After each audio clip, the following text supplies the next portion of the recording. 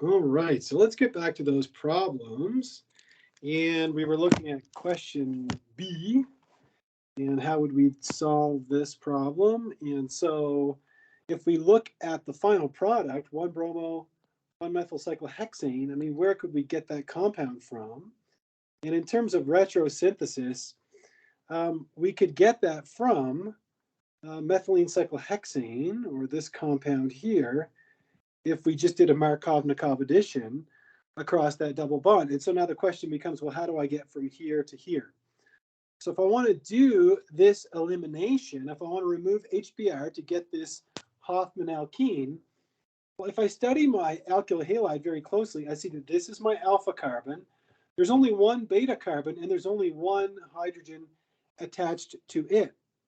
And so if I want to do an E2 and rip that proton off to make the double bond to form the compound that I have in blue, would I want to use a hindered base or a non-hindered base? Could anybody help me out with that? Would I want to use a hindered base or an unhindered base? Yeah, you'd want to use a hindered base, right? Because an unhindered base, since this is a primary alkyl halide, it would give you mostly SN2. And so you want to avoid that. You want to get the elimination. And so what are some hindered bases you could use? You could use potassium T-butoxide.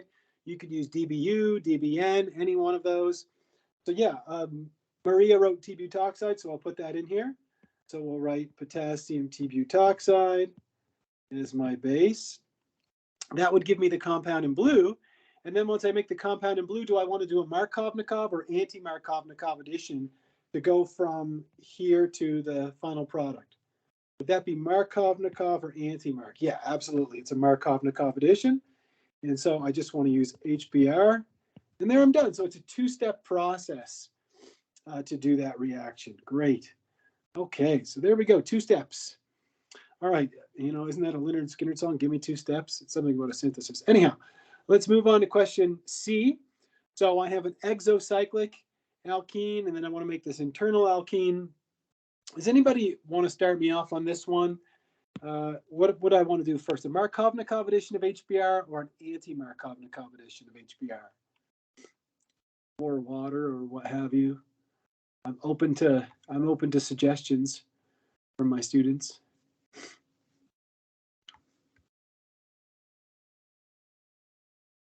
Oops. Let's see here. What did you guys put? Markov-Nikov, absolutely. Yeah, you could do a Markov-Nikov addition of HBr. I'm going to pencil this one out. So if we took this exocyclic alkene and we added HBr to it, right, that would give us the Markov-Nikov product. Now, if we want to take that and make the Zaitsev product, would I use a hindered base or an unhindered base in this case to do this reaction? Hindered or unhindered? Absolutely. I'd use an unhindered base like sodium methoxide. So I'll just put NaOET here. You know, I think this is the solution that's found in the solutions manual. I would say there's another way to do this one. I would say, what if you took this compound and you treated it with aqueous acid? That would give you the Markov-Nikov product, right, like this. And then instead of converting this into a tosylate and then treating it with sodium ethoxide, which you could do, you could just treat it with concentrated, so I'll just put here concentrated sulfuric acid and heat, and that will always give you the most substituted alkene. If you took organic chemistry 1 with me, I always say that this reaction is my favorite reaction. So that I would say there's 2 ways to do that one. So again, this is C. So these are answers to C. And then in D, so let me ask you guys a question. If I have D, I'm staring at this question right here. The starting material is an alkane. It's methyl cyclopentane. If I'm starting with an alkane, what is the only possibility for a reagent for the first step if I'm not burning it? It's bromine and light. That's it. Is the only possibility under the sun. So step 1 is going to be to treat it with bromine and light, right? And that's going to give me, I'll just draw it down here, that's going to give me this compound. And so if we want to make the Zaitsev alkene, we've already gone over this. We're going to treat it with sodium ethoxide or sodium methoxide, and that will give us the desired product, and we're done. There you go. So we just solved 4 synthesis problems. And yeah, so not only do you have to have the reactions memorized, but you've also got to be able to apply them and come up with strategies. And you see how in this situation with C, there's actually a couple of ways to do it. And I told you there is another way, which would be to first treat the alkene with acid, right? That will give you the tertiary alcohol. So this guy here. And then would be to treat it with tosyl chloride and pyridine, followed by sodium ethoxide. And that will also give you this compound, okay? So there's 3 possibilities for C that I would accept based on what I've taught you.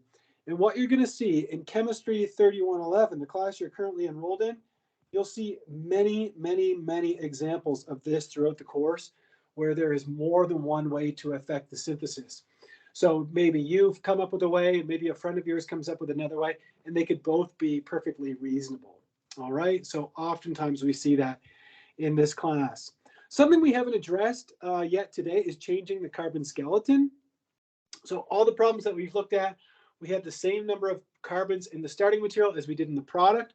So what happens if we need to add carbons or remove carbons? Well, the first thing I can tell you is this. If you want to add carbons, I've only taught you one way to do it. And the only way I've taught you is to take a terminal alkyne like this, okay, and to treat it with sodium amide in the first step, sodium amide in the first step, and then to treat it with an alkyl halide. So RX in the second step, and what that's going to do is that's going to add an R group to the end of your terminal alkyne. That's the only way I taught you. Does anybody know the only way I taught you to remove carbons? Only one way. Ozonolysis. That's it, man. That's the only thing I taught you, right? Like we saw earlier today, if you take propine and you treat it with ozone followed by water, it's going to give you acetic acid plus CO2. So you ended up removing 1 carbon in the process, and now you have a 2-carbon molecule from what was originally a 3-carbon molecule. So those are the only possibilities for adding carbons and removing carbons. Trust me, as this class progresses, I'm going to teach you many, many ways to add carbons and many ways to remove them. And so far, it's only a couple of reactions that you need to know.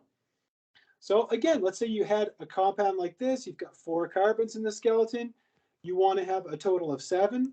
The only way you know how to do that is to take a terminal alkyne, treat it with an alkyl halide, a primary alkyl halide, and do an SN2 reaction, right? This is just a straightforward SN2.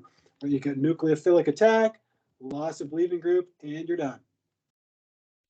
Then when it comes to decreasing the number of carbons, you can either do the ozonolysis of an alkyne, like I showed you, or the ozonolysis of an alkene, like we have shown here. And like I said, in the future, we're going to discuss many ways to change the carbon skeleton. But for now, for your first quiz, for quiz 11, these are the only possibilities you have for changing the carbon skeleton. And so a good question to always ask yourself when you're posed with any synthesis problem is there a change in the carbon skeleton? If there is, you've got to employ one of these techniques. So with that in mind, let's see if we can come up with some reagents.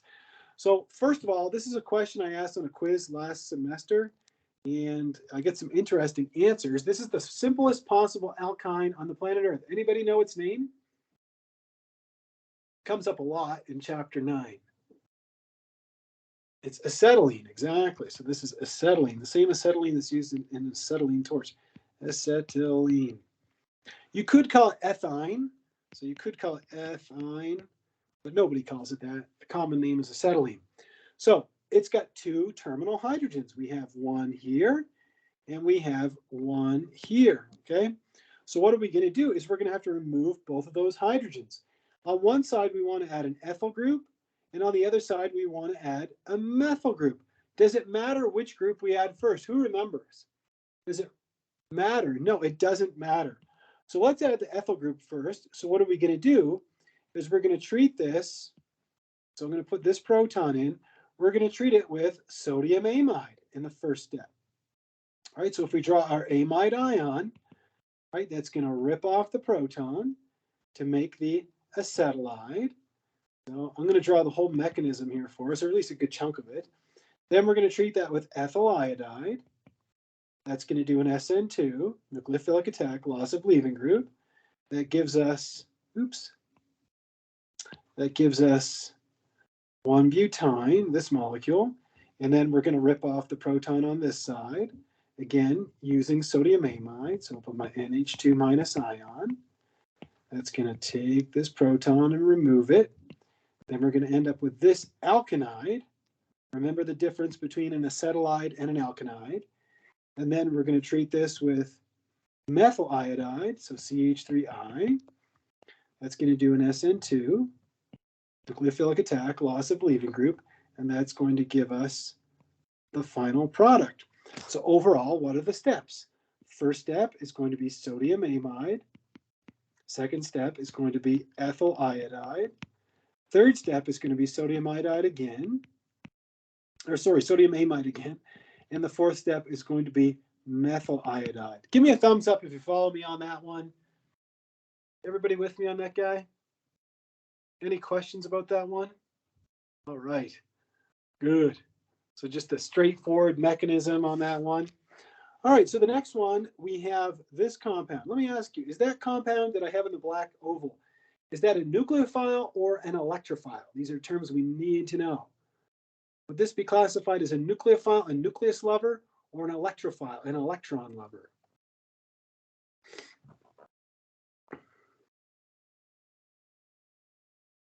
Definitely not a nucleophile. It's an electrophile, right? And a nucleophile is something usually has a negative charge, right? It's seeking a nucleus because a nucleus is positively charged. This is a strong electrophile, a very powerful electrophile, because we have a dipole going in this direction, right? The bromine is delta minus, the carbon is delta plus, right? Bromide is a good leaving group, right? So this is a very powerful electrophile. And so we're taking a compound that has 7 carbons and we're converting it into a compound that has 9 carbons. And that's the only way we can do that is by treating it with a nucleophile. So what would be the nucleophile that we would use? Can anybody describe it to me? We need a 2-carbon nucleophile with a triple bond.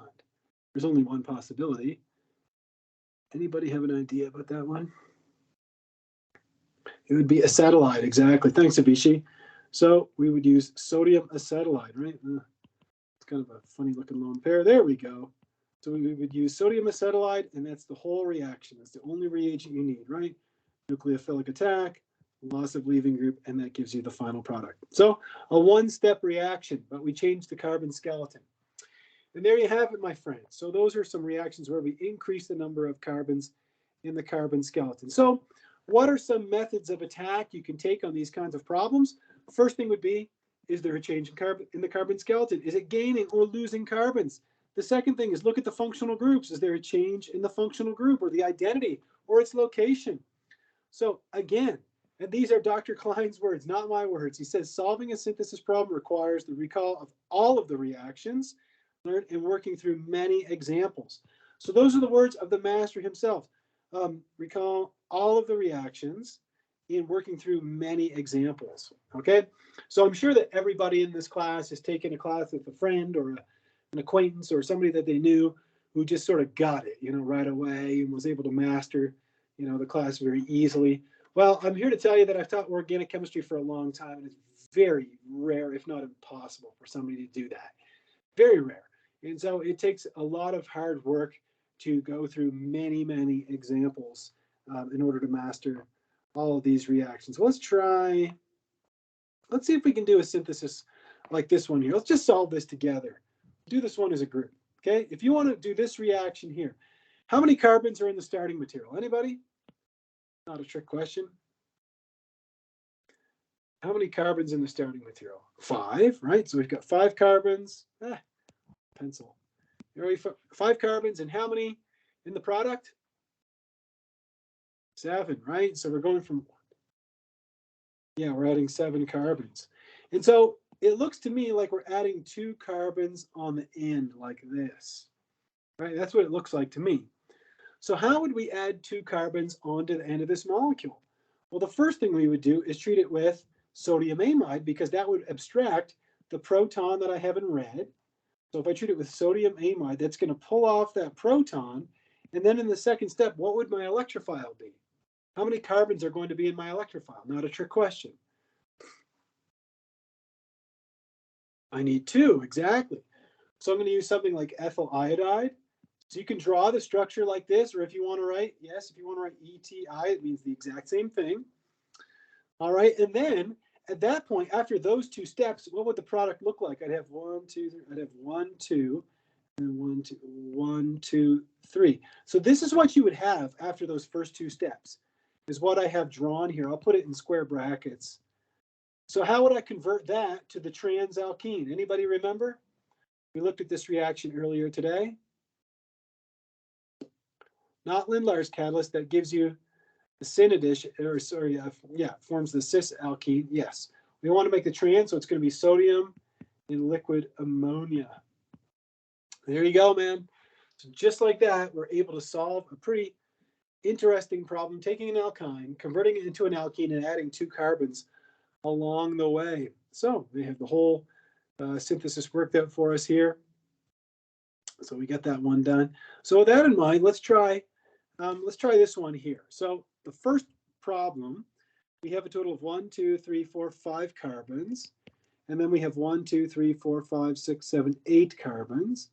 So that means we need to add 3 carbons, right? And if you kind of number it like this, 1, 2, 3, 4, 5, 1, 2, 3, 4, 5. You can see the double bond ends the same place the triple bond does. And then we add 6, 7, 8. So we need to add 3 carbons. And so if we want to add 3 carbons, we'll take our starting material, 1, 2, 3, 4, 5. And in the first step, we're going to treat it with what again?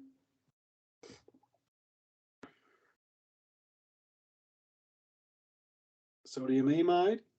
Yep, sodium amide. There we go. Can you guys hear me? Yeah, okay, just checking. My computer did something funny there. All right, and then in the second step, if I want to add 3 carbons, what would be the electrophile I would use?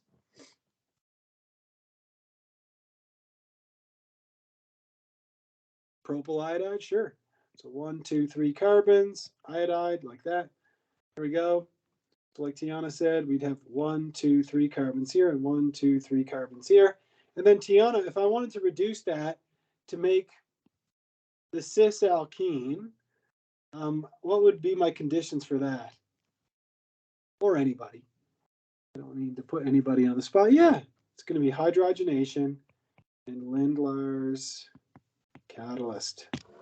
There we go. So 1, 2, 3, 2, 3. It's not the most pretty bond in the world, but there you go. That's it, man. That's it. That's all, as we say in French. All right. The next one is a little more complex. I remember doing this one with my students just a few weeks ago. So probably some of you who are in the online with me right now. But this one, we're starting it with a total of 1, 2, 3, 4, 5, 6 carbons, and then we have 1, 2, 3, 4, 5, 6, 7, 8, 9. Now I'm not numbering this in any rational way in terms of nomenclature. So whoa. I'm just trying to help. So you see that we're adding 3 carbons on the end here. So I think that what students struggled with this problem when I've looked at it before is figuring out that in the first step, you actually have to do an anti-Markovnikov addition of HBr to the molecule. So if you take this and you treat it with HBr and peroxides, you end up with this compound here. We have the bromine tacked on the end.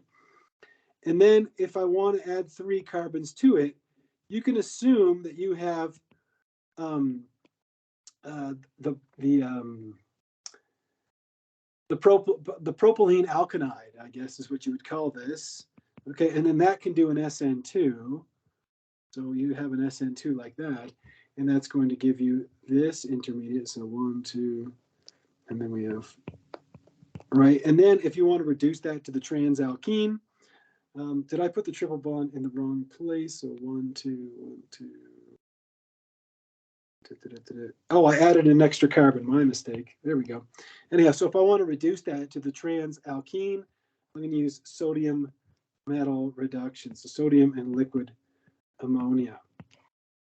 All right. So the next one involves quite a bit of movement of a halogen around the molecule in order to get this one to work. So what I'm going to do here is I'm going to switch over to a blank document so we can do this one as a group. So I'll give you a chance to write it down since I'm going to switch over to a blank doc in just a second here. Here we go. All right, so let me go over here.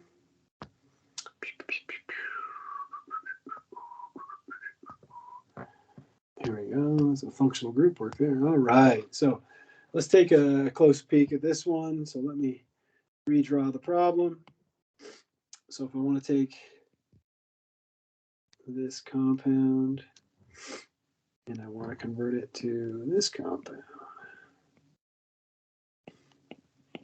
All right, I want to do this transformation. So let's see here. I'm starting it with something that has 5 carbons, and then I have 1, 2, 3, 4, 5, 6, 7. So I got to add 7 carbons. And so I think the best way to solve this problem is by retrosynthesis. You know, really take a look at it and say, well, how would I get this compound? Right? So if I wanted to make this compound, why couldn't I make it from, let's see here, 1, 2, 3, 4, 5. Why couldn't I make it from this primary alkyl halide, this compound in blue? So if I could take this and make this compound in blue, how would I go from the compound in blue and make the final compound? Can anybody tell me what the answer is where I have the red question mark? I want to add those 2 carbons, and it's not a trick question. It's something we've seen already today.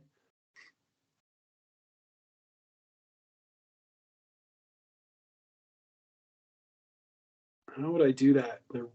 No, not the dibromide. I'm adding 2 carbons, right? I'm going from something that's got 1, 2, 3, 4, 5 carbons to something with 7 carbons.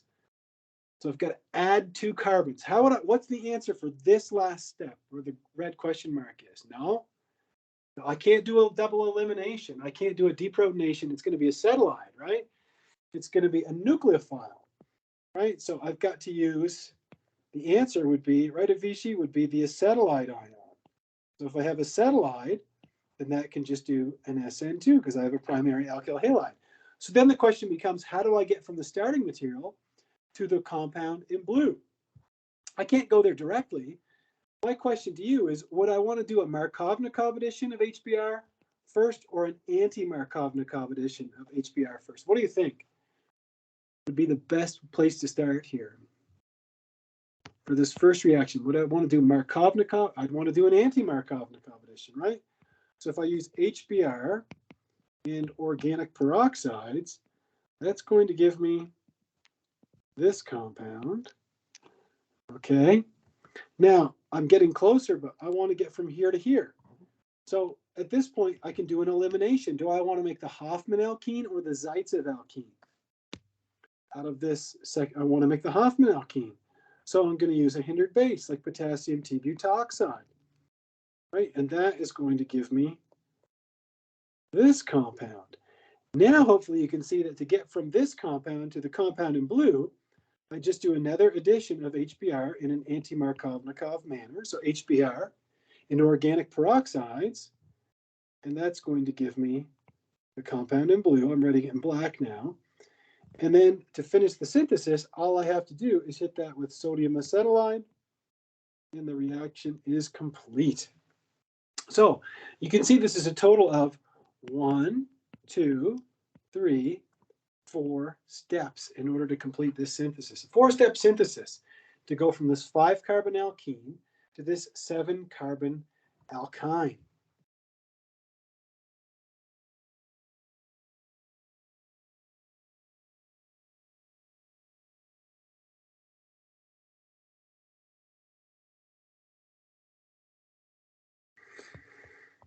And so, if you haven't taken organic chemistry at UCCS, or if you've never used David Klein's book before, you might have been wondering, what is this whole thing of going back one step? We call that retrosynthetic analysis. And what it means is that you go one step backwards from the final product, right? You go backwards. You solve the last step first. And so oftentimes we can look at the final product. I mean, we don't know that many reactions yet. We can look at the final product and say, what is the only way I know to make this functional group? What's the only way I know to make this compound? And then you can kind of go backwards from there.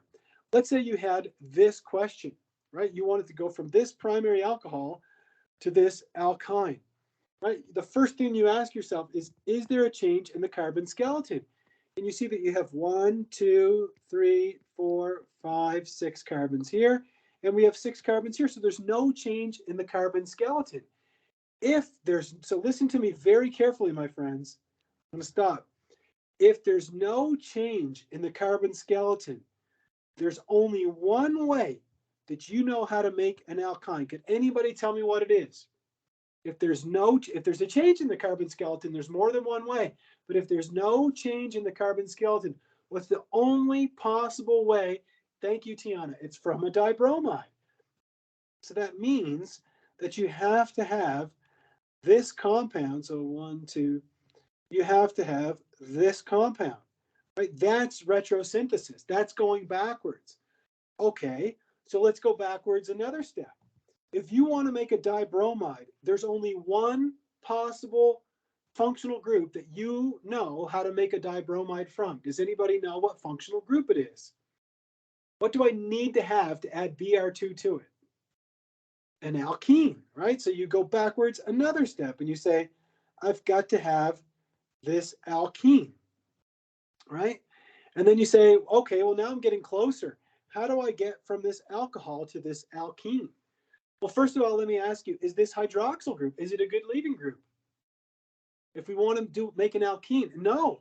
So how would we convert it into a good leaving group so that we could do an elimination? Exactly, Audrey.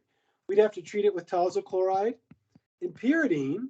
And then what I want to do, I'd want to do a Hoffman elimination. I want to make the least substituted alkene.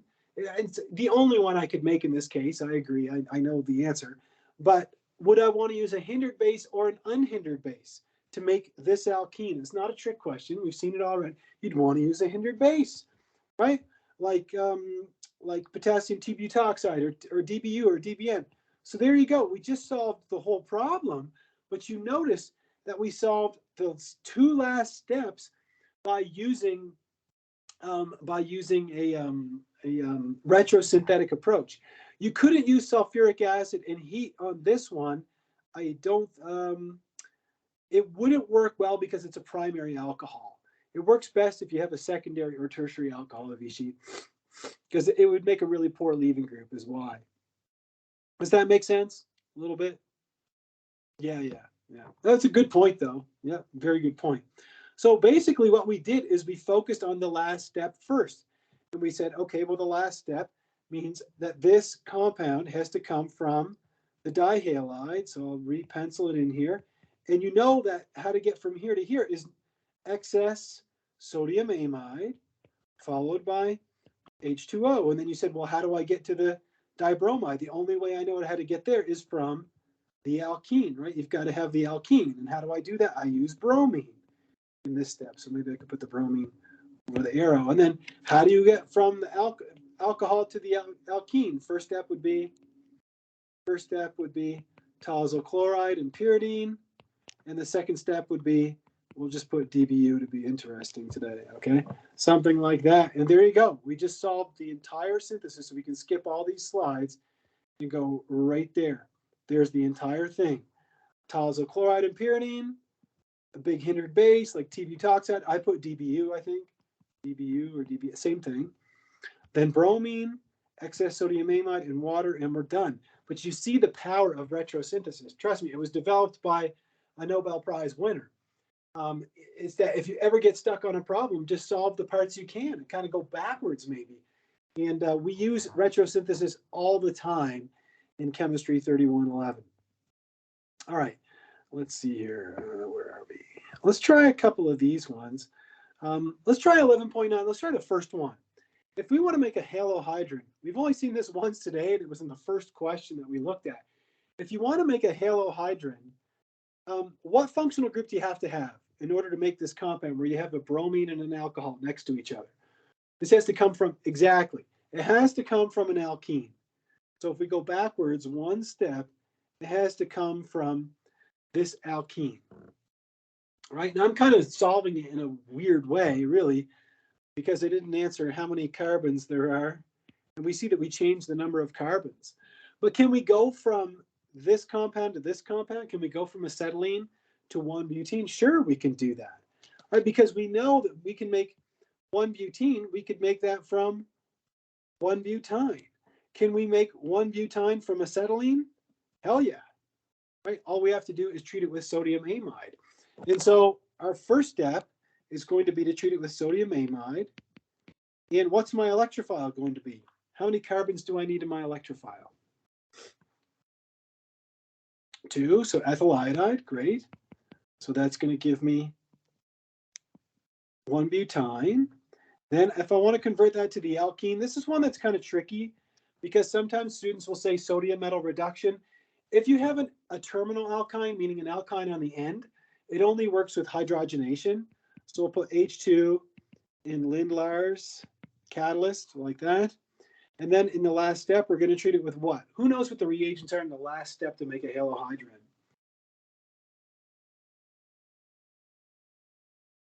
It's going to be bromine and water. Absolutely. Br2, Br2 and H2O, like that.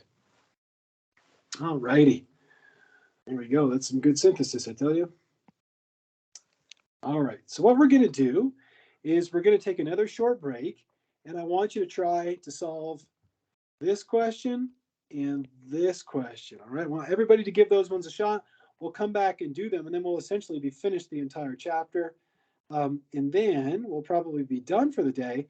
And so when we come back on Wednesday morning, we'll try a few more synthesis problems, and then we'd be able to get into chapter 12 right away. So let's take a short break, and everybody can tackle these ones. Just give me 2 shakes of a lamb's tail here to.